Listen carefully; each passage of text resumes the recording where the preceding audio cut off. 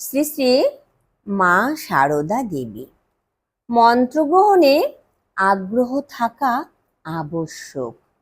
আগ্রহ থাকিলে শত বাধা সত্ত্বেও উপায় আবিষ্কৃত হয়। জনৈক স্ত্রীলোক শ্রীমাকে লিখিয়াছিলেন যে শ্বশুর শাশুড়ির অমতে তিনি আসিয়া দীক্ষা লইতে পারিতেছেন না। শ্রীমা তাহাকে উত্তরে জানাইলেন যে ভগবান বিশ্ব ব্রহ্মাণ্ড জুড়িয়া রহিয়াছেন, তাহাকে ডাকিলেই তিনি কৃপা করিবেন। অপর এক দরিদ্র সন্তান উদ্বোধনে আসিয়াও শ্রী মায়ের অসুস্থতা বশত তাহার দর্শন পায় নাই। তাই পত্রে জানিতে চায় এবার আসিলে মায়ের কৃপা লাভ হইবে কিনা।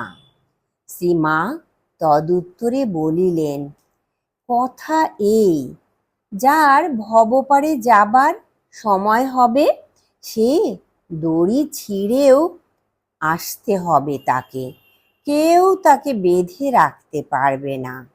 অর্থাভাব, চিঠির অপেক্ষা, এসে ফিরে যাওয়ার ভয়, এসব কিছুই কিছু না।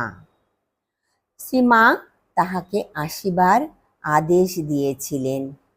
সধবা দীক্ষার্থিনীদের দীক্ষার পূর্বে শ্রীমা জানিয়া লইতেন তাহাদের স্বামীর সম্মতি আছে কি না।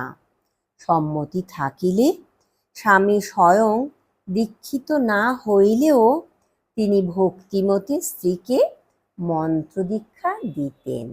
জয় ঠাকুর, জয় মা, প্রণাম মাগো।